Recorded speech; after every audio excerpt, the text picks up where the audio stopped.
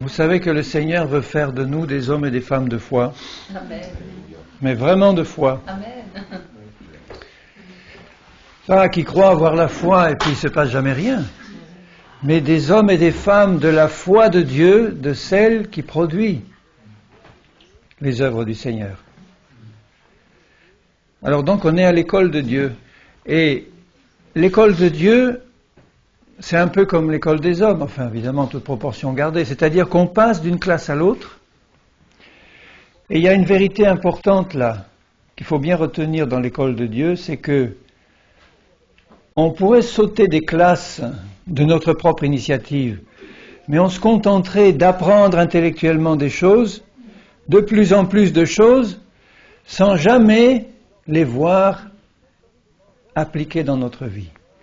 Donc quand c'est Dieu qui nous fait passer d'une classe à l'autre, il nous révèle une vérité, on la reçoit par la foi, elle produit une œuvre dans notre vie, il y a un changement, la vie de Jésus grandit en nous, et là on va passer sans danger dans la classe au-dessus.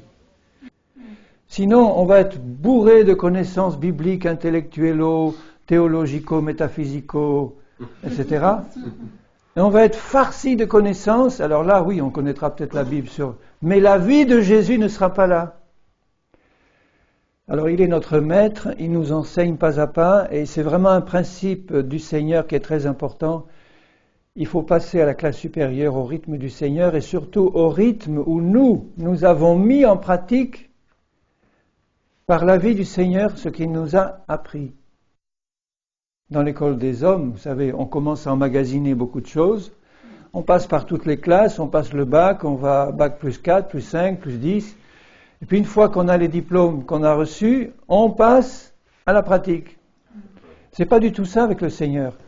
Avec le Seigneur, on apprend à la classe où nous sommes aujourd'hui, et on apprend par la révélation du Saint-Esprit, pour mettre en pratique ici et maintenant, dans la classe où nous sommes, tout ce qu'on a appris. Et seulement alors, le Seigneur, il va nous faire passer à une classe au-dessus. C'est ça sa méthode. Alléluia.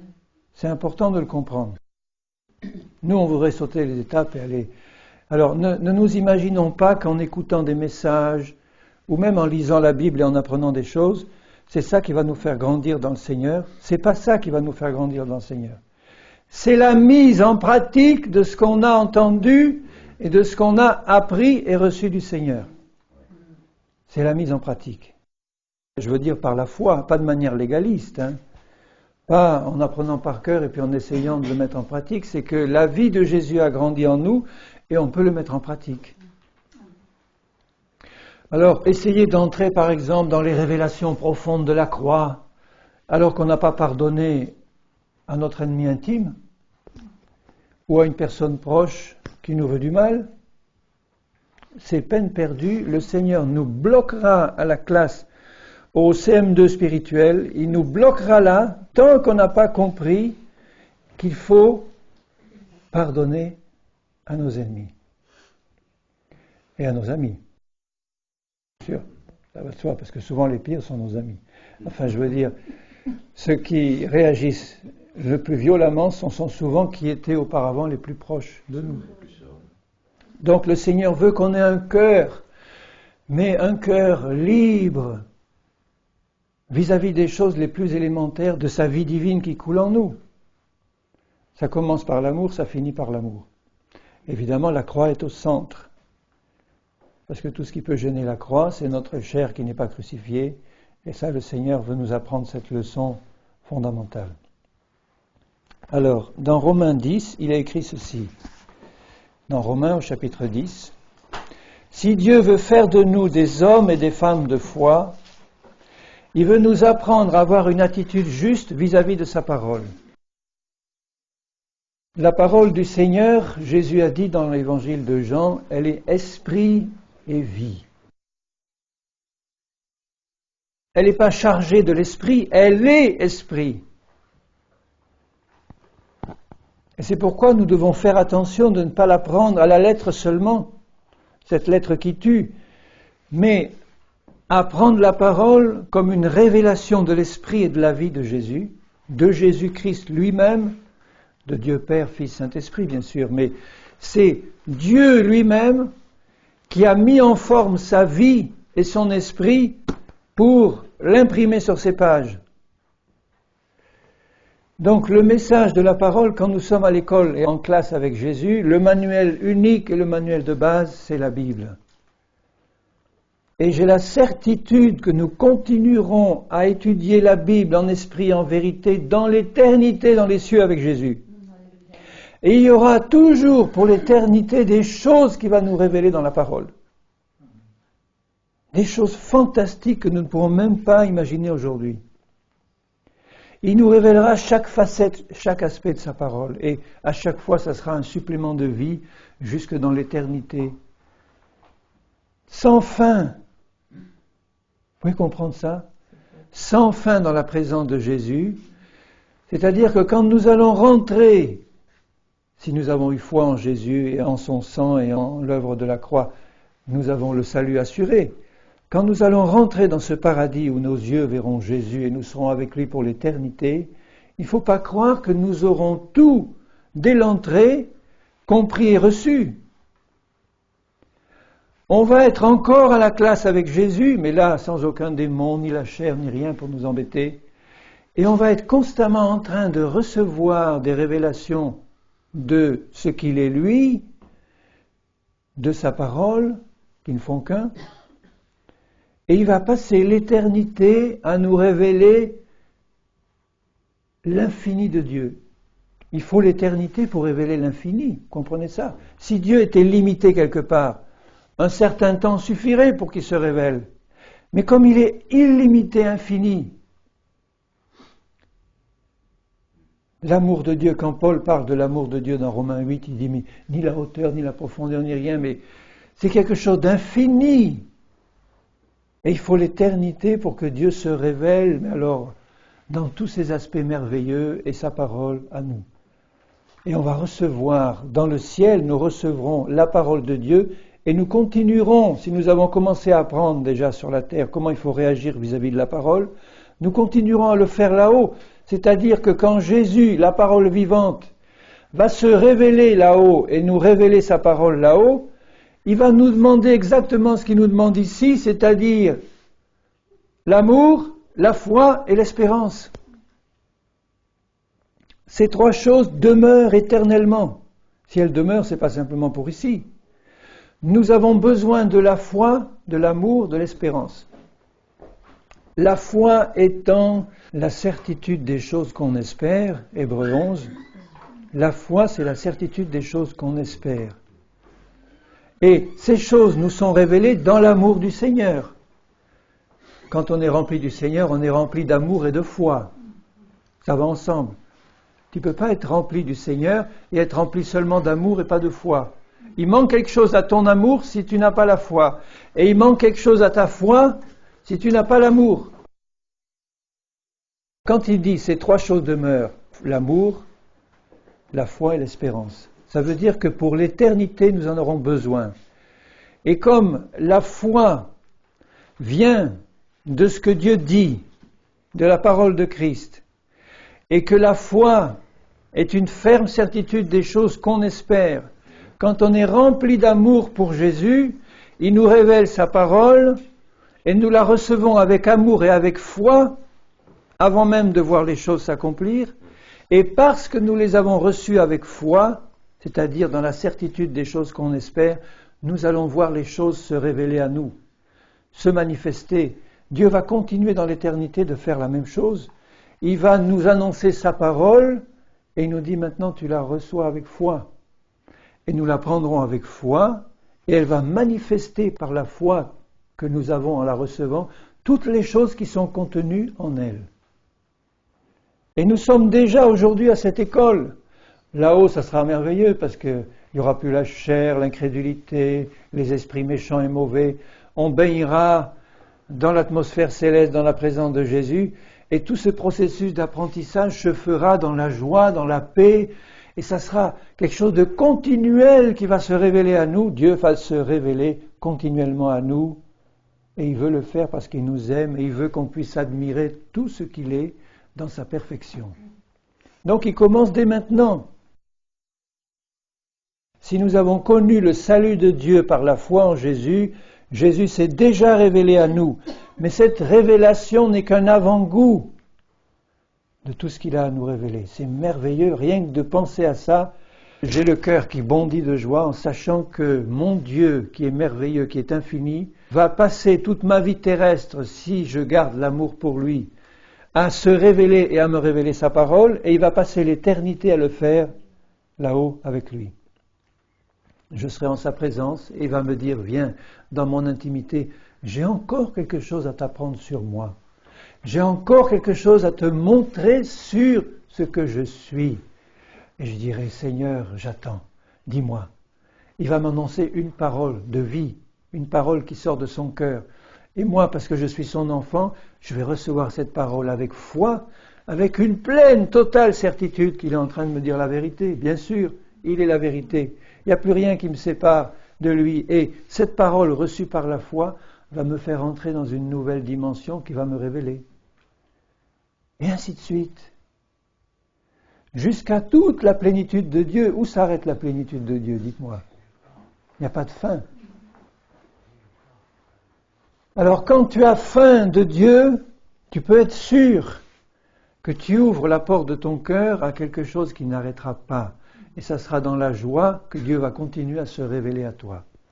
Si aujourd'hui tu as l'impression que tu es arrivé à quelque chose de fini, que tu es rentré dans une habitude religieuse ou évangélique en disant « Bon, maintenant je sais pratiquement tout de toi, Seigneur. Bon, j'ai lu ta parole 10 fois en suivant, bon, je sais tout pratiquement. » On entre dans une habitude qui nous dessèche. C'est une œuvre du malin, c'est une œuvre de Satan qui veut nous voiler les beautés de l'infini de Dieu et de sa parole. Mais au départ, c'est parce que on a laissé se refroidir en nous cette soif en un Dieu vivant. Celui qui a soif, qu'il vienne à moi. Jésus dit, il n'aura plus jamais soif. Ça ne veut pas dire qu'on va rester là en disant, j'ai plus soif de toi, Seigneur. Ça veut dire que notre soif va être constamment étanché par ce qu'il va nous donner. Mais ce qu'il va nous donner va redéclencher une nouvelle soif de quelque chose de plus. Il va me le donner et à nouveau la soif de quelque chose de plus. Donc, lui et moi, je parle en homme, nous allons y trouver notre compte parce que le désir de Dieu, c'est de se révéler à ses enfants, à tous les hommes et à ses enfants. Et le désir d'un enfant de Dieu, c'est d'avoir la révélation de Dieu. Tu as le désir d'avoir la révélation de Dieu. Amen. Eh bien, il va se révéler encore plus. Tu vas être rempli encore plus de l'amour, de la joie, de la paix de Jésus. Mais attention, tu es à l'école du Seigneur. Rappelez-vous ce que je vous disais, tu vas passer d'une classe à l'autre, c'est-à-dire que Jésus va tester ta soif de lui en voyant si ce que tu reçois de lui par la révélation, tu l'intègres dans ta vie, tu le mets en pratique, tu le vis. Tu le vis par la vie de Dieu qui coule en toi. Si Dieu te révèle quelque chose par sa parole, que tu l'écoutes et que tu l'emmagasines là dans ta tête quelque part, et puis que tu continues à faire tes occupations comme si rien n'était, sans que cette révélation passe dans ta vie pratique, dans tes actes, dans tes paroles, eh bien tu perds ton temps. Jésus va attendre, et il va te faire attendre dans la même classe que tu aies compris que ce n'est pas comme ça qu'on s'approche du Seigneur. On s'approche d'un feu dévorant, mais on s'approche d'un Dieu qui est un Dieu merveilleux, qui veut tout nous donner, mais il va donner à ceux qui ont soif de lui et qui ont foi en lui. Il faut que celui qui s'approche de Dieu croit que Dieu existe et qu'il est le rémunérateur de ceux qui le cherchent. Alors tu t'approches de Dieu, pourquoi? Simplement parce que tu as des besoins, parce que tu as des esprits qui t'attaquent, parce que tu as des personnes qui ne te donnent pas ce que tu aimerais, ou que tu as un mari hargneux, ou une femme qui n'est pas assez compréhensive, ou des frères et sœurs qui te tarabustent. Alors tu t'approches de Dieu pour dire, Seigneur, j'ai tellement de problèmes, Seigneur, je suis surchargé, soulage-moi. Et le Seigneur est bon. C'est une prière qu'il entend, parce que ceux qui sont épuisés de fardeau, il va répondre, le Seigneur. Mais le désir que lui désire voir dans mon cœur. C'est une soif de m'approcher de lui pour recevoir sa révélation, pour le connaître tel qu'il est, pour être ami avec lui, pour comprendre sa manière d'agir, parce que Dieu est un être personnel, vivant, qui a des pensées, qui a des sentiments, qui a une manière d'agir. Il veut m'expliquer tout ça pour que je comprenne qui il est et comment il agit. Et que je devienne intime avec lui. Il veut ça. Il ne veut pas simplement me donner des bénédictions et puis me laisser, comme je disais tout à l'heure dans mon CM2 spirituel, dire bon, tu as besoin de ça, allez, je te donne. Bon. Mais ce n'est pas ça qui va me faire grandir. Ce qui va me faire grandir, c'est la soif du Seigneur et la révélation de sa parole et l'amour que j'ai pour le Seigneur qui va me donner de sa part la foi pour recevoir sa parole qui va produire du fruit en moi. Donc nous devons bien faire attention au genre de parole, au type de parole que nous plantons dans notre cœur. Tous nos problèmes sont causés par une semence de l'ennemi qui a été plantée dans notre cœur à la place de la parole de Dieu. Soit que nous l'ayons reçue par héritage, parce que depuis des siècles, que la semence du malin, la parole de mensonge du malin, il l'a plantée dans l'humanité par ses mensonges, par ces choses qu'il essaye de planter, sa parole à lui, qui n'est que ténèbres et mensonges. Les hommes l'ont reçue depuis le début, depuis la chute, la parole du malin. Et elle est rentrée dans les cœurs, dans l'humanité, et nous sommes nés dans le péché, dit Jésus. Nous sommes donc nés, j'allais dire, dans la parole du malin, qui a produit ses fruits de mort et de destruction. Et le Seigneur veut extirper de nous, de nos pensées, de nos cœurs, de notre esprit, il veut enlever, ôter toutes les paroles qui ne sont pas sa parole à lui. Dans toutes les religions humaines, ou partis politiques humains, ou tout ce qui est humain, vous avez des hommes qui pensent, qui réfléchissent, ils ne savent pas qu'ils sont inspirés derrière par des esprits méchants et séducteurs qui contrôlent tout, puisque Satan est le prince de ce monde, mais vous avez des hommes qui mettent au point des pensées, des paroles, des théories, des dogmes, des doctrines, où Satan fait son mélange subtil de vérité et d'erreur, et ensuite, ils essayent de nous injecter ces paroles.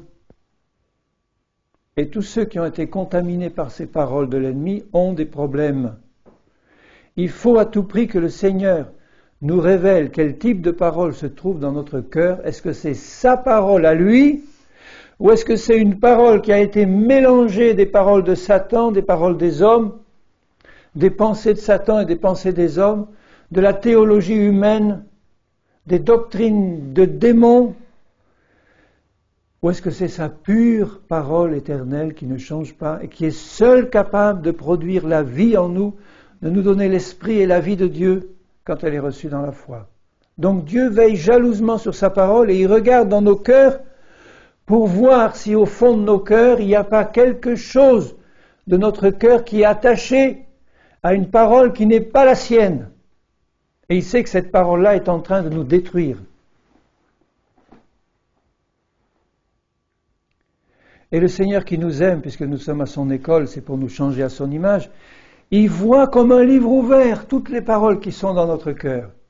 Et il discerne très bien toutes celles qui ont été apportées par les sectes, les doctrines, les fausses religions, les hommes, les théologies, nos propres pensées, etc. Et il dit ça, il faut que je lui montre, il faut qu'il enlève ça de son cœur, parce que ces paroles-là n'apportent pas la vie, elles apportent la mort, la destruction.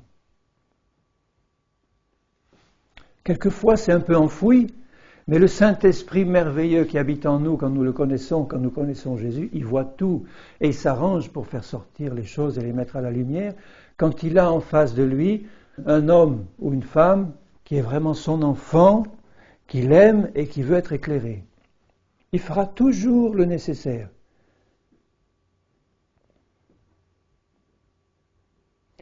Pour vous donner un exemple concret que j'ai vécu, il y a quelque temps déjà, c'est pour vous montrer comment une parole de l'ennemi peut détruire. En passant dans une certaine ville, je sens dans mon cœur le Seigneur me dire « va voir telle personne ». C'était une femme. Normalement, je ne vais jamais voir une femme quand je suis seul. Jamais, par principe. Mais les principes, bon, quelquefois, le Seigneur, il y a une urgence, il y a quelque chose. Bon. N'allez jamais voir, par principe, si vous êtes un homme, une femme seule, ou inversement. Ne vous occupez jamais d'une femme, si vous êtes un homme, en tant que chrétien, de manière intime et personnelle. C'est un piège béant de l'ennemi. Et là, moi, je connaissais ce piège, et j'entends la voix du Seigneur, et j'ai dit, Seigneur, je vais y aller. Tu me dis d'y aller, j'y vais. On a des principes, mais quand le Seigneur parle, il faut mettre les principes de côté, en disant, Seigneur, tu veilles sur moi, j'y vais. J'y vais, et je trouve une sœur en Christ que je connaissais depuis quelque temps, qui était moribonde, mais dans la joie. Elle me disait, tu sais, ça va pas du tout, les médecins ont découvert un état cancéreux en moi, je sais où je vais de toute façon, enfin, je suis bien, je suis dans la paix. Je dis, mais quelque chose de pas normal, ça.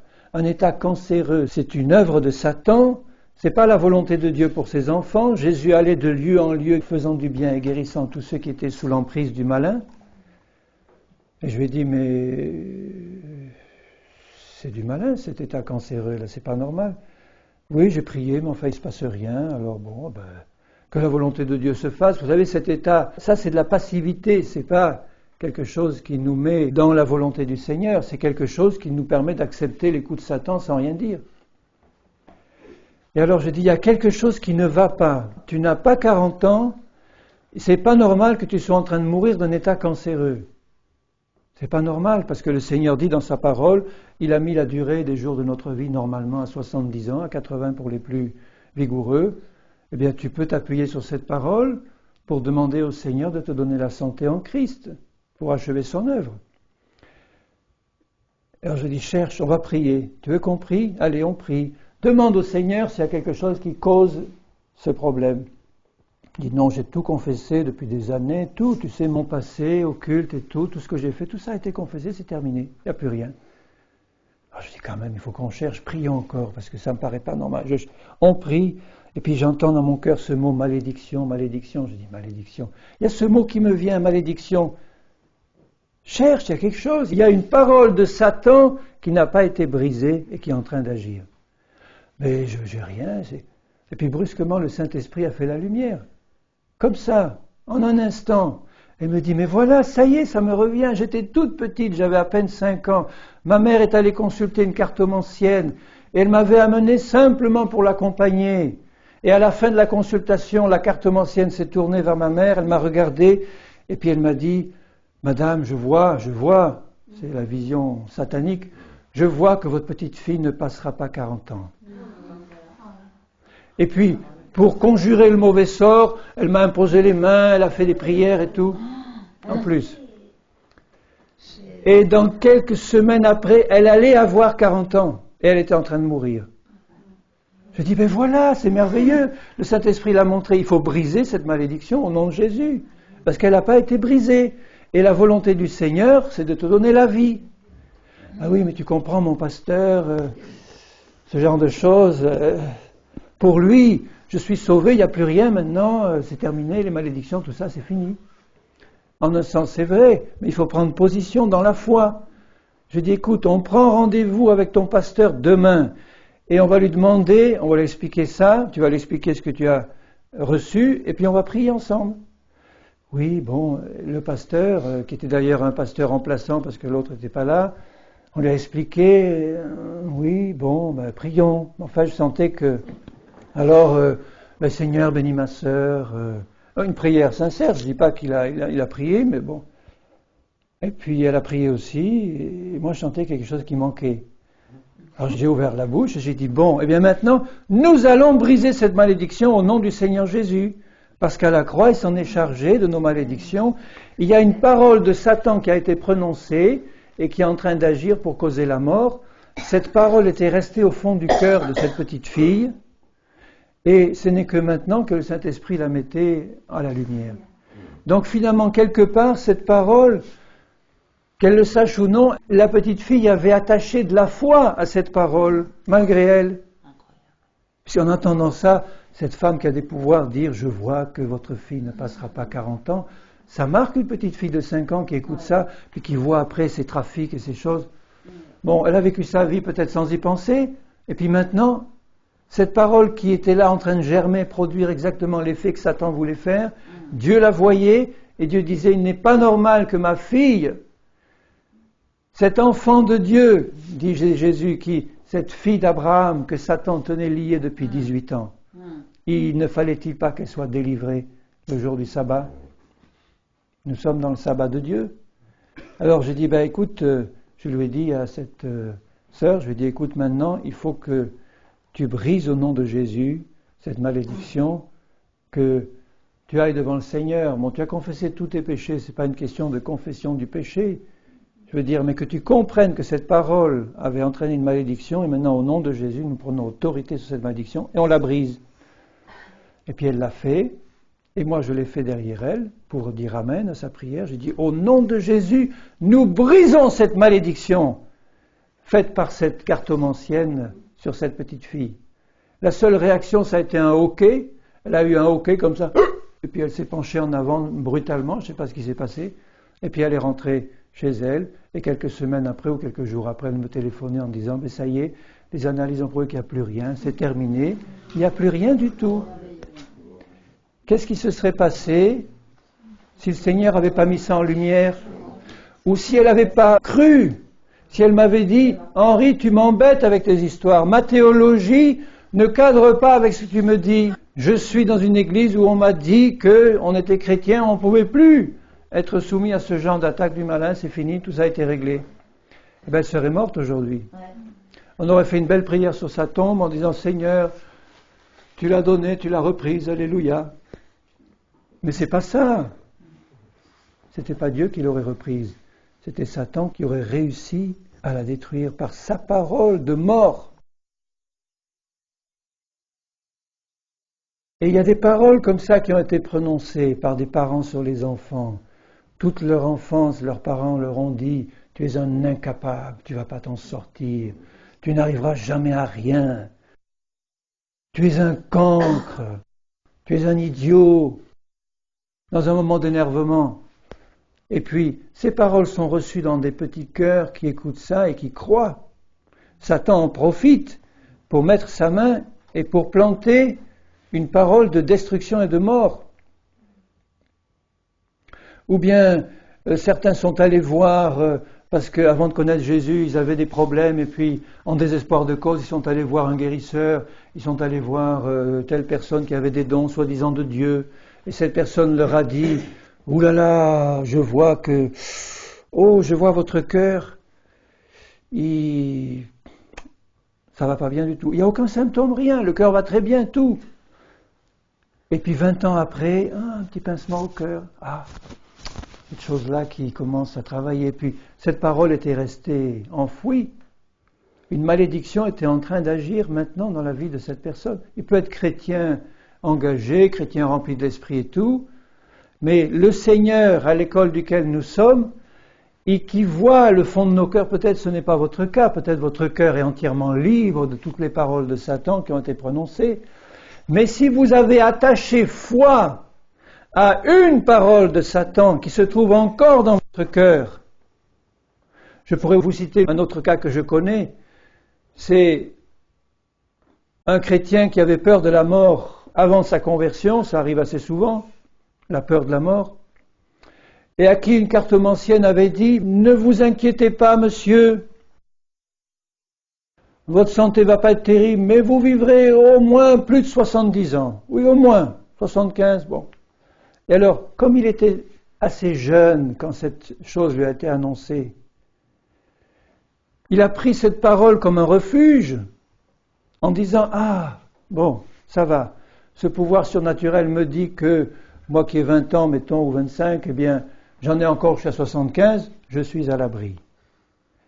C'est pas encore maintenant que j'aurai des problèmes. » Et puis, cet homme-là, en se convertissant, a demandé pardon pour tous ses péchés. « Merci Seigneur, tu me pardonnes. » Mais, comme dans le fond de son cœur, il y avait encore un peu de crainte de la mort, eh bien, il avait tendance encore à se raccrocher, puisqu'on n'est pas éclairé sur tout, au début d'une conversion, ou quand on n'a pas été éclairé sur ces choses-là, à s'accrocher à cette parole, et puis Quand ça n'allait pas, ou quand il y avait des choses dans sa santé qui lui avaient été annoncées comme étant mauvaises, évidemment, il était mauvaise. Et que la peur de la mort venait dans une certaine maladie ou une autre, en disant, ça y est, le risque de la mort est là, cette parole revenait, mais non, tu vas vivre jusqu'à au moins 75 ans, ne t'inquiète pas. Donc, cet homme, bien que chrétien, avait tendance, plus ou moins consciemment, à s'accrocher dans les moments de désespoir à une parole de Satan, au lieu de s'accrocher à la seule parole de Dieu.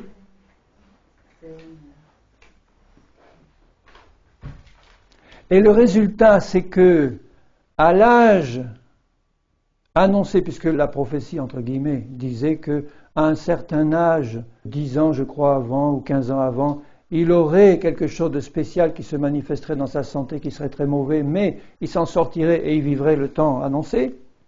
Donc, à l'âge donné, vers 60 ans par là, il lui avait été annoncé qu'il aurait une opération grave, mais que ça irait et qu'il partirait. Donc, quelques années avant l'âge annoncé, eh bien, voilà tous les symptômes de cette maladie annoncée qui se manifestent. Et à ce moment-là, ce frère a compris. Comme il était à l'école du Seigneur, le Seigneur lui a montré qu'il y avait une parole de Satan qui n'avait pas été brisée et que lui était responsable parce que il avait attaché de la foi à une parole de Satan au lieu d'attacher au Seigneur. Et évidemment, il s'est hâté de confesser cette chose-là au Seigneur, il s'est hâté de briser cette malédiction au nom du Seigneur Jésus, et le problème a été réglé. Alors vous voyez, quand je dis nous devons faire attention aux paroles qui sont mises dans notre cœur, et nous devons veiller à enlever de notre cœur d'une manière ou d'une autre, ou à dire Seigneur, tu me montres, parce que le Seigneur qui est si bon, si ça se trouvait pour nous être le cas, le Seigneur mettrait en lumière ces choses d'une manière ou d'une autre pour que nous puissions prendre position et que nous puissions ôter de notre cœur toute parole qui n'aurait pas été mise par le divin Seigneur et Maître de nos vies, qui seul doit pouvoir planter sa bonne semence dans nos cœurs. Alors c'est important, bien-aimés, parce que notre attitude devant la parole va montrer si nous avons l'amour de la vérité ou pas.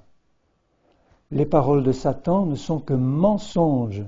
Et si nous avons la moindre attirance pour une parole de Satan, ça peut être une parole d'une religion que nous avions fréquentée avant, ou d'une secte dans laquelle nous étions. Enfin, les sectes au sens large, c'est-à-dire une église évangélique qui avait des positions très sectaires sur tel ou tel plan, ou un enseignement purement théologico-métaphysico, mais pas la vérité de la parole seule. Et si nous n'extirpons pas de notre cœur ces paroles-là, elles vont continuer à tourner et à produire leurs mauvais fruits, et leurs mauvais fruits, c'est toujours la mort et la destruction. La parole de Satan ne peut pas amener la vie. Donc dans Romains 10, au verset 6, voici comment parle la justice qui vient de la foi. La justice vient de la foi. Tu ne peux pas être un homme ou une femme de foi si tu n'as pas la justice de Dieu dans ton cœur. La vraie foi de Dieu, je veux dire. Comme Dieu l'aime. Voici comment parle la justice qui vient de la foi. 2 points. Verset 8. Que dit-elle donc ? La parole est près de toi, dans ta bouche et dans ton cœur. Là, il parle de la parole du Seigneur. Mais c'est un principe qui peut être valable aussi pour n'importe quelle autre parole. Si la parole de Satan ou des hommes se trouve dans notre cœur et notre bouche, elle va produire des résultats mauvais. Alors que quand cette parole de Dieu se trouve avec cette attitude-là, elle va produire la vie. Or, c'est la parole de la foi que nous prêchons. Si tu confesses de ta bouche le Seigneur Jésus, et si tu crois dans ton cœur que Dieu l'a ressuscité des morts, tu seras sauvé. Si tu confesses de ta bouche et si tu crois dans ton cœur. Beaucoup de chrétiens font l'un ou l'autre. Ils confessent de la bouche parce qu'on leur a appris la confession positive et on leur dit maintenant tu confesses, mais leur cœur ne croit pas. C'est pas une technique, la foi. Ou alors leur cœur croit et ils confessent jamais de leur bouche.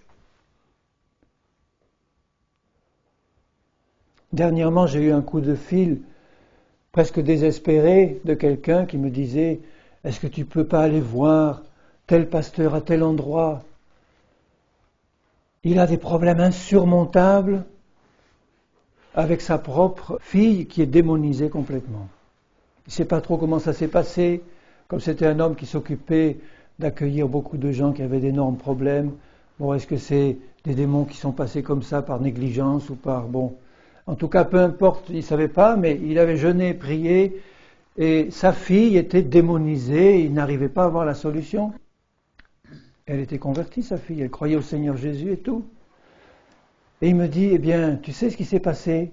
Pendant des années, ils ont jeûné et prié, aucun résultat. Ils ont pris le taureau par les cornes. Et puis, dernièrement, il y a quelques semaines ou quelques mois, enfin pas longtemps, brusquement, presque instantanément, sa fille a été délivrée. Complètement délivrée. Elle a repris ses activités, elle faisait tout comme avant, plus rien. Et puis son père, le pasteur, disait à sa fille, il faut que tu confesses, il faut que tu témoignes de ce que Jésus a fait pour toi, que tu dises qu'il est intervenu, que tu confesses qu'il est venu pour sa gloire, pour montrer ce qu'il a fait dans ta vie. Et la fille, bouche fermée. Rien, bouche fermée, pas un mot sur ce que Jésus avait fait. Ou elle n'a pas osé, ou elle ne voulait pas, je ne sais pas, dire ce qu'elle était avant, elle a peut-être eu honte, je ne sais pas. Et le résultat, c'est que quelque temps après, tout est revenu pire qu'avant. Et téléphoner pour ça en disant qu'est-ce que tu pourrais faire, tu pourrais l'aider. C'est terrible, parce que ce que son père lui disait venait vraiment du Seigneur. Dieu a fait quelque chose. Quand Jésus dit au démoniaque de Gadara, qu'est-ce qu'il lui dit ? Qu'il avait délivré d'une légion. Il dit, je veux te suivre. Va et raconte ce que j'ai fait pour toi, ce que le Seigneur a fait pour toi, qu'il a eu pitié de toi, et raconte ce qu'il a fait pour toi. Et parce qu'il a fait, la région a été gagnée pour le Seigneur. Alors il dit là, la parole est près de toi, dans ta bouche et dans ton cœur. Quand la parole de Dieu remplit notre cœur, eh bien je dirais on ne peut pas faire autrement que la faire sortir de notre bouche. Vraiment, c'est de l'abondance du cœur que la bouche va parler. Amen. Or, c'est la parole de la foi que nous prêchons si tu confesses de ta bouche le Seigneur Jésus. C'est quand la dernière fois que tu as eu l'occasion de dire de ta bouche « Jésus est mon Seigneur ». C'était il y a 1 heure, c'était il y a 1 jour, c'était il y a 1 mois, il y a 1 an.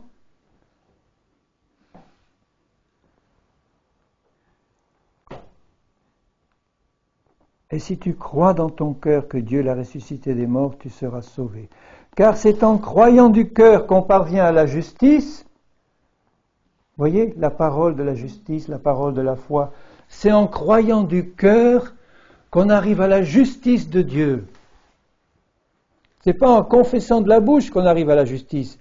C'est en croyant du cœur. Mais c'est en confessant de la bouche qu'on parvient au salut, qu'on parvient à la manifestation de ce qu'on a reçu dans le cœur. Donc les deux doivent être là. Dieu va nous révéler sa parole par son esprit, par la lecture. Cette parole remplit nos cœurs parce que nous croyons. Il nous donne la foi d'en haut. Le Saint-Esprit confirme. On croit dans le cœur. Et puis il nous dit maintenant, tu vas confesser de ta bouche ce que tu as reçu. Et t'inquiète pas qu'il va te donner des occasions de confesser de la bouche ce que tu as reçu. Ce ne sont pas toujours des occasions qui te seront favorables au sens que tu vas ramasser peut-être des coups pour l'avoir confessé, mais qu'importe, tu auras l'occasion de confesser ce que Dieu a fait pour toi, ce qu'il est, et en le confessant, tu vas manifester la gloire de Dieu, et tu vas faire que cette chose que tu crois dans le cœur va se manifester dans ta vie. Alors attention, c'est subtil comme piège de Satan, parce qu'il y en a qui font de la confession positive en disant le fait de confesser, ça va déclencher dans l'invisible les choses, et puis ensuite je vais les voir se manifester. C'est comme ça que travaillent les sorciers. Les sorciers travaillent de cette manière-là, ils font de la visualisation, Moi qui étais dans l'hindouisme et le bouddhisme et tout ça, je peux vous dire que là-bas ça marche très bien. Les prêtres hindous et bouddhistes, ils font de la visualisation. Un malade arrive, avec un gros bouton ou un cancer sur la peau, ils regardent, ils visualisent en se concentrant, et puis dans leur visualisation, ils voient le cancer diminuer, ils le voient partir, et puis la chose arrive. Ça, c'est purement démoniaque. Ça, c'est la puissance de la pensée appuyée par des démons qui sont derrière. C'est pas du tout comme ça que Dieu nous demande de marcher. Il nous dit simplement, tu reçois la parole dans le cœur, tu la reçois et tu crois, et tu la confesses de ta bouche. Parce que tu crois, tu la confesses avec joie. Tu confesses ce que Jésus a fait pour toi. Tu confesses ce qu'il dit dans sa parole, avec la foi dans le cœur. Et Dieu, par la puissance du Saint-Esprit, va confirmer sa parole. C'est lui qui agit. Ce n'est pas la puissance de ta confession ou la puissance de ta pensée. C'est lui qui va confirmer parce que Dieu veille sur sa parole pour l'accomplir. Et quand il voit un être vivant qu'il a créé, rempli de foi et d'amour pour sa parole, dans le cœur, avec cette confession sur les lèvres, Dieu va agir en faveur de cette personne. Il ne la laissera pas tomber. Et la chose va se passer exactement comme Dieu l'a dit. Il ne faut pas tomber dans un système, bien-aimé, vous comprenez ça? Pas tomber dans le piège du système, alors en ce moment-là on fait de la magie. Parce que les sorciers marchent comme ça, ils marchent par la parole, ils lancent des malédictions par la parole, ils lancent des prophéties, entre guillemets, ou des paroles qu'ils ont reçues par révélation satanique, et parce que les gens écoutent ça et reçoivent par la foi, eh bien ces paroles se réalisent dans leur vie. C'était pas un plan comme ça de Dieu qui était suspendu dans leur vie, c'était la volonté de Satan, et Satan imite la manière dont Dieu agit à l'envers. Si tu crois dans ton cœur à une parole mauvaise de Satan, tu vas la voir s'accomplir, attention. J'entends quelquefois des chrétiens me dire « Mais c'est comme si j'étais né sous une mauvaise étoile, moi. Il m'arrive toujours des coups comme ça, moi. » Mais ils ne se rendent pas compte. Ils sont en train de révéler par leur bouche ce qu'il y a dans le fond de leur cœur, c'est-à-dire des paroles de Satan qui sont en train de les détruire. Des malédictions. Donc Jésus veille sur sa parole et me dit « Maintenant, tu vas faire attention à ce que tu mets dans ton cœur. Tu vas y planter ma pure parole. Et moi, Dieu Tout-Puissant, je suis là pour te la révéler. Je suis là pour la faire fructifier dans ton cœur et pour lui faire accomplir à cette parole tout ce que j'ai prévu, tout ce que j'ai annoncé. Car c'est en croyant du cœur qu'on parvient à la justice et c'est en confessant de la bouche qu'on parvient au salut. » Et un peu plus loin, il dit, au verset 13, non, je lis le verset 12. « Il n'y a aucune différence en effet entre le juif et le grec, puisqu'ils ont tous un même Seigneur qui est riche pour tous ceux qui l'invoquent. » Aux chrétiens d'origine juive et grecque. Il n'y a aucune différence entre les chrétiens d'origine catholique, d'origine protestante, d'origine orthodoxe, d'origine tout ce que vous voulez. Pourvu qu'ils laissent tomber à l'entrée du sanctuaire toute leur doctrine reçue dans ces églises. Je dis toutes, parce qu'il y a une semence de Satan derrière. J'en ai connu des gens sincères dans toutes les religions du monde, les bouddhistes, les musulmans. Et Jésus dit lui-même, celui qui écoute mon Père et qui a entendu son enseignement viendra à moi. C'est curieux comme ordre. Il faut d'abord écouter la voix du Père pour venir à Jésus, parce que tout ce que le Père a, il l'a donné à Jésus. Et je lis, car quiconque invoquera le nom du Seigneur sera sauvé. Quiconque invoquera le nom du Seigneur sera sauvé. Comment invoqueront-ils donc celui en qui ils n'ont pas cru? Et comment croiront-ils en celui dont ils n'ont pas entendu parler? La prédication de la croix donne la foi. Voyez pourquoi la parole doit être prêchée et pas discutée. Seigneur, fais de moi, je t'en supplie, quelqu'un qui soit capable de donner ta parole dans la vérité. Pas une parole d'homme, une interprétation d'homme. Et donne-moi des brebis de toi, Seigneur, tes brebis qui aiment l'entendre. parce que la parole de Dieu va se faire de plus en plus rare, elle va complètement disparaître, et elle a disparu complètement de nombreuses parties du monde, et le Seigneur veut que ces brebis qui écoutent puissent être des brebis qui aiment la parole dans la vérité, et qui partout où elles iront, répandront par leur parole et par leur vie la parole du Seigneur. Qui sont beaux les pieds de ceux qui annoncent la paix, de ceux qui annoncent de bonnes nouvelles. Ainsi, verset 17, la foi vient de ce qu'on entend, et ce qu'on entend vient de la parole de Dieu. La foi vient de ce que tu entends, pas avec tes oreilles physiques, mais dans ton esprit, dans ton cœur. Si tu as un cœur plein d'amour pour Jésus, tu peux encore avoir plein de problèmes, de difficultés, de choses qui ne vont pas, qui vont être réglées par le Seigneur, puisqu'il veut te transformer à son image. Mais si tu as un cœur rempli d'amour pour Jésus, tu es là et tu dis, Seigneur, je veux entendre ta parole, d'une manière ou d'une autre, que tu me parles par ton esprit, que tu me parles par ta parole vivante, la Bible, que tu me parles par un message, ou par un frère ou une sœur, ou par quelque autre moyen. Seigneur, je veux avoir un cœur ouvert pour ta parole, parce que la foi vient de ce que j'entends, et ce que j'entends vient de la parole de Christ.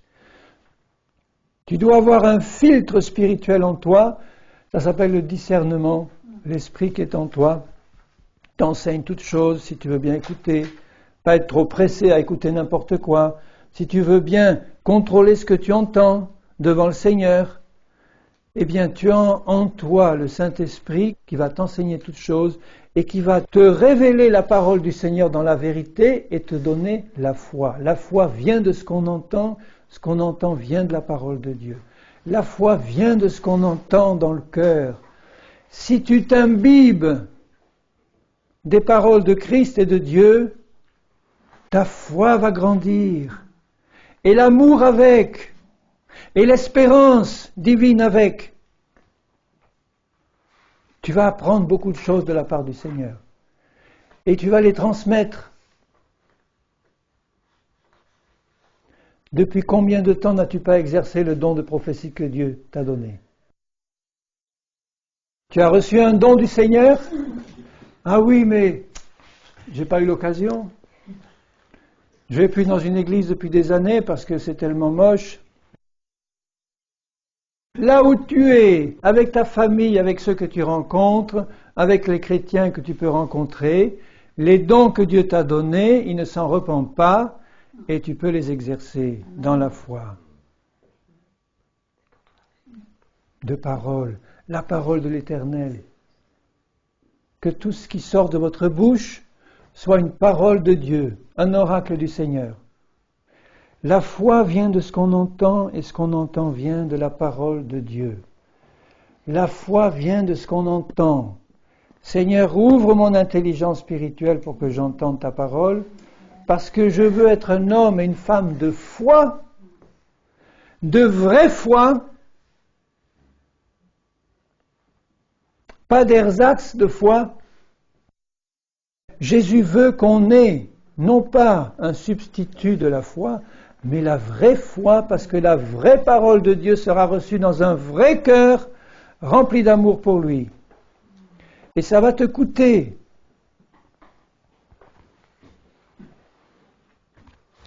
Je lirai dans Hébreux 11, verset 1er. Donc tu vois, rappelle-toi ce que je disais au début.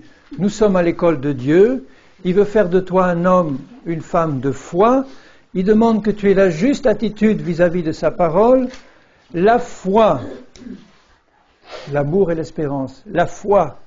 Eh bien, il dit, la foi vient de ce qu'on entend de la parole de Dieu.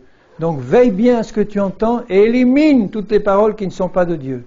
Et là, il dit, la foi, verset 1, est une ferme certitude des choses qu'on espère. Qu'est-ce que tu espères de Dieu? Qui te ramène ton mari? Qui te ramène ta femme? Oui, mais Seigneur, mais qu'il soit changé, hein? Je ne le veux pas s'il était comme avant. Eh oui, Seigneur te comprend. Mais le Seigneur te demandera de marcher par la foi, avant même de voir, avant de voir la moindre amélioration dans la situation. Dieu va te donner une parole pour que tu crois. Et là, ayant cette ferme assurance, tu ne te laisseras démonter par rien de visible. Ça, tu l'as compris depuis longtemps, hein? Faut le vivre maintenant. Or, la foi est une totale certitude des choses qu'on espère, une démonstration de celles qu'on ne voit pas. Pour l'avoir possédée, les anciens ont obtenu un témoignage favorable. Donc Jésus veut nous donner un témoignage favorable. Il veut pencher son regard sur nous en disant « Mais c'est bien ce que tu fais, mais que j'apprécie ce que tu fais ». Jésus apprécie par-dessus tout un cœur d'amour pour lui plein de foi. Rappelez-vous le centenier qui était un simple Romain, un soldat d'occupation, un capitaine de la Wehrmacht, occupant le sol ennemi. Là, et puis Jésus dit, « Ah, je n'ai pas rencontré une aussi grande foi en Israël. » Que cet occupant ennemi qui ose dire, « Mais je ne suis pas digne que tu rentres sous mon toit. Dis seulement une parole, il va être guéri. » Qu'il te soit fait selon ta foi. Pourquoi ? Parce que dans le cœur de cet homme, il y avait une totale certitude que cet homme-là qui était en face de lui, il était capable de faire ça. Il avait connu quelque chose de Jésus et son cœur y avait cru. Qu'il te soit fait selon ta foi. Tu as une ferme assurance dans le cœur ? Ne fais rien sans cette ferme assurance. Ne va pas quelque part, ou en Angleterre, ou n'importe où, ou à l'autre bout du monde, ou bien dans le village d'à côté, pour faire quelque chose si tu n'as pas une totale conviction. Ferme assurance. Donc tu as le droit devant Dieu de dire, Seigneur, je ne le fais pas. Pourquoi tu ne le fais pas ? Mais je n'ai pas la ferme assurance. Attends, je vais t'en donner une, dit le Seigneur. Je vais t'en donner une. Reste devant moi dans la paix, dans le silence de ton cœur, je vais te donner une assurance, c'est-à-dire, je vais te révéler ma parole. Je vais te révéler ma volonté. Je vais te révéler ce que j'ai dans le cœur. Tu vas lire quelque chose qui va être une lumière pour toi. Et là, tu vas prendre ça et tu vas avoir une complète assurance. Et là, tu peux y aller. C'est par la foi que nous reconnaissons que le monde a été formé par la parole de Dieu, en sorte que ce qu'on voit n'a pas été fait de choses visibles. C'est extraordinaire si tu réfléchis à ça. Tout ce que tu vois dans le monde ne vient pas de choses visibles, contrairement à tout ce que dit la science. La science dit tout s'enchaîne, les causes, les effets, tout ça, ça s'enchaîne que de choses visibles pour la science. Mais Dieu dit le contraire, il dit tout ce qui existe ne vient que de choses invisibles, c'est-à-dire de la parole du Seigneur. Donc si tu veux voir quelque chose s'accomplir dans ta vie, non pas à moitié ou comme tu le crains, mais exactement comme Dieu l'a dit, eh bien il demande que tu reçoives sa parole dans un cœur honnête et bon, et que tu aies cette ferme assurance. La foi vient de ce qu'on entend vient de la parole de Dieu. Ah, mais Seigneur, tu sais, c'est pas facile d'avoir la foi, j'ai des doutes et j'arrive pas à croire. Et c'est vrai, souvent, ça arrive. Mais pourquoi est-ce que tu as des doutes quand Dieu a parlé ? Quand c'est Dieu qui a dit, ça veut dire que tu n'as pas la révélation que la Bible est la vérité ou que tu ne connais pas Dieu tel qu'il est. Ça peut être que l'un ou l'autre. Si tu connais vraiment Dieu tel qu'il est, tu connais sa parole, le Saint-Esprit te l'a montré quelle est sa volonté, tu connais sa parole écrite, ou tu as le désir de la connaître, et le Saint-Esprit qui t'a été donné pour te conduire dans toute la vérité de sa parole vivante, qui est esprit et vie, pour que tu aies la foi, que tu accomplisses des prodiges pour le Seigneur. Et accomplir un prodige pour le Seigneur, c'est croire sa parole avant même de voir quelque chose. C'est ça le joug de Jésus. C'est ça. Alors vous comprenez à quel point le Seigneur veille jalousement sur sa parole dans nos cœurs et à quel point il veut enlever toutes ces paroles mauvaises qui ont été plantées par l'ennemi. Il veut que son champ soit pur et que tout ce qu'on a reçu auparavant qui n'était pas de lui soit ôté. Donc un sujet de prière, d'ardente prière de mon cœur, ça devrait être celui-là. Seigneur, fais la lumière dans mon cœur sur tout ce qui n'est pas ta parole. Tout ce que j'ai pu recevoir encore, qui peut encore être planté, parce que j'y aurais encore attaché quelque importance, un peu de foi à ces paroles mauvaises. Seigneur, je t'en supplie, montre-moi s'il y a dans mon cœur des paroles qui ne sont pas ta parole, auxquelles j'attache encore de l'importance. Parce que si c'est le cas, eh bien c'est le sort des Galates qui vous attend. Galates insensés. Vous avez commencé par l'esprit et vous continuez par la chair. Ça veut dire que vous retournez à ces rudiments, à ces choses des hommes, de la loi, qui ne doivent plus avoir de place dans ma vie, parce qu'il m'appelle à marcher par la foi, par l'Esprit du Seigneur. Alors quand Dieu te dit « pardonne », c'est une parole de Dieu qui doit être reçue par la foi. Et je prends cet exemple parce que c'est l'exemple de base sur lequel beaucoup de chrétiens chutent, et dans des relations de couple en particulier, c'est là que le bas blesse le plus, parce que c'est là que les souffrances et les blessures ont été les plus grandes. Mais le problème du Seigneur, ce n'est pas les blessures que nous avons reçues, c'est la manière dont on va réagir à ces blessures-là. Lui sera là le bon berger pour les panser. Ne vous inquiétez pas, parce qu'il est le bon berger qui pense les blessures de ses brebis. Il est là pour les soigner, il est là pour effacer les mauvais souvenirs, les mauvaises choses, il est là pour restaurer, guérir celle qui était malade, donner à manger à celle qui a faim. Mais maintenant il va dire, mais cette rancune tenace que tu as la garder, ça n'a rien à voir avec les blessures que tu as reçues. Ça c'est quelque chose de mauvais qui vient encore d'une parole de Satan qu'il a plantée dans ton cœur et qui reste encore là. Parce que pour Satan, tu vas te venger. Tu mérites de te venger avec tout ce que tu as eu. C'est ça qu'il dit Satan. Le Seigneur dit « pardonne ». Et nous devons veiller à ce que dans notre cœur, il n'y ait pas de parole de Satan qui reste encore plantée, parce que cette parole-là va détruire. La parole de Jésus, c'est « tu as été pardonné, tu pardonnes ». Donc voyez, celui qui ne reçoit pas la parole de Dieu avec un cœur honnête et bon, c'est quelqu'un qui n'a pas la révélation de son propre salut dans sa perfection. C'est important de le comprendre, ça. Tu vas pardonner de tout ton cœur si tu sais de quoi toi tu as été pardonné. Parce que devant Dieu, le poids de ton péché, quel qu'il soit, est infiniment plus grand que le poids de toutes les offenses qu'on a pu te faire. Donc le chrétien qui n'arrive pas à pardonner, c'est un chrétien qui ne veut pas pardonner, peut-être parce qu'il a trop souffert, mais c'est avant tout un chrétien qui va se jeter directement en enfer.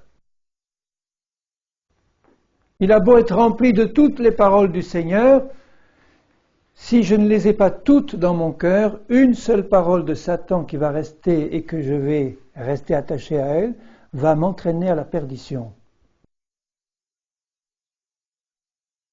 Dans Matthieu 18, verset 19, « Si deux d'entre vous s'accordent sur la terre pour demander une chose quelconque, elle leur sera accordée par mon Père qui est dans les cieux. » Si deux sont en symphonie dans le cœur, c'est ça que ça veut dire. Or les deux, ça peut être deux frères dans la foi, deux sœurs dans la foi, mais ça peut être aussi le Seigneur et moi. Parce que le Seigneur veut que mon cœur soit entièrement en accord avec sa parole. Entièrement d'accord. Seigneur, d'accord. Je ne peux pas dire au Seigneur, Seigneur, je suis d'accord avec 99,9% de tes enseignements, et le 0,1%, ça, Seigneur, non, ça je ne peux pas. Tu le sais, je ne peux pas. Ça fait 20 ans que j'essaye, je ne pardonnerai pas. Non. Dans Matthieu 18, il dit, Au verset 21, combien de fois pardonnerai-je à mon frère quand il péchera, Seigneur? 7 fois, je ne te dis pas jusqu'à 7 fois, mais 70 fois 7 fois. Et il suit cette parabole merveilleuse que j'aime bien citer souvent. Je ne vais pas prêcher là-dessus maintenant, mais c'est pour vous montrer que toute parole de Dieu est éprouvée. Nous devons remplir nos cœurs de la parole du Seigneur, pas simplement de ceux qui nous arrangent, parce qu'elles sont des paroles de bénédiction, mais aussi de ce que le Seigneur nous demande de faire, même si ça nous coûte, parce qu'au bout du compte, il y a une bénédiction. Et quand il dit, tu vois, il y en avait un à qui on devait 10 000 talents, 50 milliards de francs, et puis le maître lui a remis sa dette en entier parce que l'autre le suppliait en disant « Aie pitié de moi, je payerai tout ». Et le maître lui a pardonné. Et quand cet autre-là est sorti, il y en avait un autre qui lui devait une petite somme, 100 deniers, et il a voulu le faire payer. Il a dit « Tu me dois quelque chose, tu vas payer. Tu vas payer ». Voilà la parole de Satan. Tu vas payer. Tu m'en as fait voir, tu vas payer. Eh bien, il l'a fait mettre en prison jusqu'à ce qu'il ait payé. Et le maître, c'est-à-dire Dieu, le maître qui avait entendu parler de ça, a fait venir ce serviteur et lui a dit « Comment moi, je t'ai enlevé 50 milliards de francs et toi, tu as 120 deniers que tu n'as pas voulu enlever à ton débiteur ? Eh bien, voilà ce que je vais faire de toi. » Au verset 34, il dit, verset 33, « Ne devais-tu pas avoir pitié de ton compagnon, comme j'ai eu pitié de toi ? Est-ce que tu ne dois pas avoir pitié de ton mari qui t'exaspère, de ta femme qui t'exaspère, de ton frère qui t'exaspère ? Mais pitié, pas au sens humain du terme, tu vois. Pitié de la compassion de Jésus, parce que tu vois une âme qui est en train de se perdre si elle ne se repent pas. Et toi, tu es là avec ta rancune. Et le maître irrité le livra au bourreau, au démon, jusqu'à ce qu'il eût payé tout ce qu'il devait, 50 milliards de francs, c'est le salut. Et c'est ainsi que mon Père Céleste vous traitera si chacun de vous ne pardonne à son frère de tout son cœur. De tout son cœur. Donc tu peux accepter toute la parole de Dieu. Si celle-là, tu l'enlèves. J'ai pris l'exemple du pardon parce que c'est quelque chose de simple à comprendre et qui nous concerne tous. Tu peux être le chrétien le plus spirituel, tu peux avoir rempli la terre de convertis et de miracles. Si tu n'as pas pardonné à une seule personne, tu es perdu. Parce que le Père Céleste te livrera au bourreau jusqu'à ce que tu aies payé tout ce que tu lui devais, c'est-à-dire tout le poids de ton péché, et tu sais très bien que tu ne peux pas le payer autrement que par la foi dans le sang de Jésus et la repentance. Si ce n'est pas le pardon, mais que c'est autre chose, c'est pareil. Si tu dis, Seigneur, je veux tout de ta parole, mais ça, je ne l'accepte pas, je n'y crois pas. Tu crois que Jésus va te laisser faire ? Il t'aime, il va patienter, il ne va pas te jeter dans le lac de feu et de soufre immédiatement pour ça. Mais parce qu'il t'aime, il sait que tu es en danger, il va te révéler que l'état de ton cœur est mauvais, que tu n'es pas dans une foi réelle et totale, parce que quand tu es dans une foi réelle et totale, tu acceptes toute la parole de Dieu sans discussion. Toute la parole, avec un cœur honnête et bon. Donc si le Seigneur te montre, parce que tu l'as prié, qu'il y a encore des paroles de Satan dans ton cœur, qui étaient déguisées en belles paroles humaines ou spirituelles ou religieuses, c'est toujours comme ça qu'il vient. Hein. Il ne va pas dire, c'est Satan, c'est moi qui ai inspiré cette doctrine de démon, c'est moi qui ai inspiré cette chose à laquelle tu tiens tant. Il ne dira pas ça, il dira, c'est le Dieu Tout-Puissant qui t'a révélé ces choses. Et tu les as reçues, et voilà, tu es béni maintenant. Tu es béni avec une parole de Satan. Jésus va venir à toi, lui qui est la vérité, il va te montrer des choses qui sont encore au fond de ton cœur, et tu vas avec joie accepter de t'en séparer, parce que tu es fait pour recevoir la vérité tout entière, jusqu'au bout et sans compromis. Et à ce moment-là, À l'école du Seigneur, tu vas avancer, tu ne vas pas regretter le temps passé, tu ne vas pas traîner les pieds en disant « mais ça fait des années que je tourne en rond, Seigneur, il ne se passe rien ». Tu as examiné si ton cœur était tout entier dans la vérité, pour la vérité, que pour la vérité, que pour le Seigneur. Ou si tu es encore attaché à ta théologie, à tes idées personnelles, à des choses qui viennent de l'ennemi. Peut-être que je parle pour certains qui ne sont pas du tout concernés, excusez-moi, mais peut-être que je parle aussi pour certains qui sont très concernés. J'ai le désir pour ma part de voir la gloire de Dieu manifestée dans ma vie et dans l'Église du Seigneur et dans le monde. J'aimerais que tout le monde se convertisse, que la terre entière soit remplie de la gloire de Dieu. Amen. Elle va l'être quand Jésus va venir bientôt, Oh, alléluia. très bientôt. Mais déjà maintenant, cette petite portion de la terre que tu représentes, toi, peut être remplie de la gloire de Dieu si ton cœur est tout entier pour le Seigneur, dans la foi, dans l'espérance et dans l'amour. Il va faire des miracles dans ta vie. Il va te débarrasser de tous tes ennemis.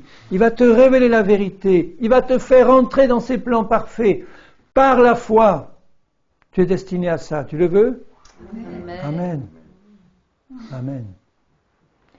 Seigneur, je te confie la fin de ce message qui n'a pas de fin, Seigneur. Je te confie, je te supplie par le Saint-Esprit d'ouvrir nos intelligences pour que tu nous montres si dans le fond de nos cœurs il y a encore des choses qui viennent de l'ennemi, des paroles de Satan qui ne sont pas ta pure parole de vie et de vérité. Et Seigneur, que tu fasses cette lumière pour que nous puissions l'ôter, l'enlever et pour la remplacer par ta pure et sainte parole, celle qui sanctifie, celle qui donne la vie, celle qui est esprit et vie. Et parce que tu es Dieu et que nous sommes tes enfants, nous te faisons confiance, Seigneur, et je te bénis, parce que tu es celui qui fait la lumière sur tout, tu es celui qui veut la vie de tes enfants, et tu veux que cette vie passe par la foi en ta parole sainte. Et je te bénis de tout mon cœur, Père, parce que tu le fais au nom de Jésus-Christ. Amen.